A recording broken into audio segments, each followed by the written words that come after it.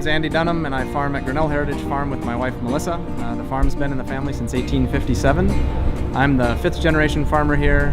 We went from being a diversified farm like all farms were back when it was founded in the 1850s, and contracted all the way down to the corn-soybean alternation when my grandfather was retiring. And we have since diversified back to having quite the assortment of fruits and vegetables and other crops on the farm. Primarily we market through a CSA and sell our certified organic produce to grocery stores, other wholesale accounts, and through our CSA. So our field day is going to talk about establishing beneficial insect habitat as part of the field day.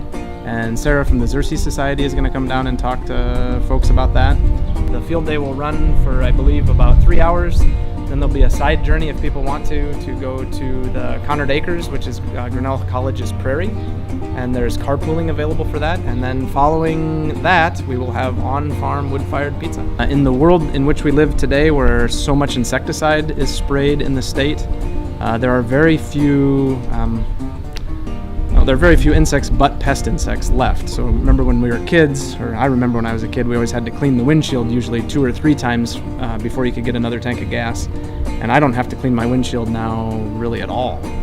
And so we're living in a world that's kind of devoid of insect life.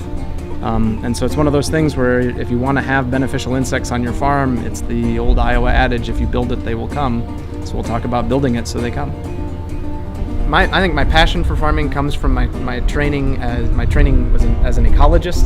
That's what my degree is in, and I grew up being really passionate about the environment, and that's why we farm the way that we farm. And one of my favorite aspects of farming organically is seeing all of the wildlife that has kind of come to the farm. We now have wild turkeys that are here. We have about anywhere between 8 to 15 adult pheasants on 80 acres. So we get to see a lot of wildlife. The number of bird species has just gone up tremendously. Insect life, either it's more abundant or we're just becoming much more aware of it.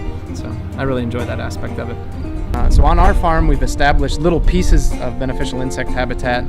Pretty much every year we put some new feature in. So we've put in 2 fairly long beetle banks. We've put in a number of hedgerows and native tree plantings.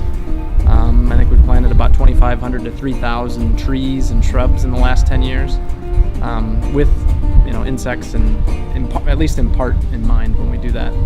Bird life as well.